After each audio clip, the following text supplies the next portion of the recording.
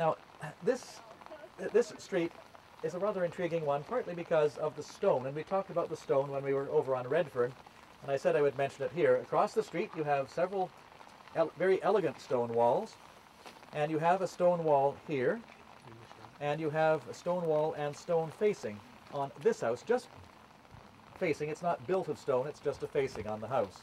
The stonework here is what intrigued me, and as I mentioned earlier, I live in James Bay, and there was an old fellow who died in about 1985 who told me when he was a lad how the stone was cut, and it was done the same through the city.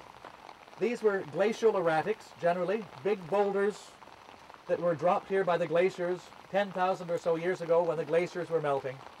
And in order to do this, it was very laborious. You would hand drill into the stone, and you would create a row of holes. And then you would put a little tiny bit of calcium carbide in the bottom of each one, a little bit of water, and you would very quickly put a bung, like a big cork, in the top of each hole, and the resulting pressure would split the stone down that row.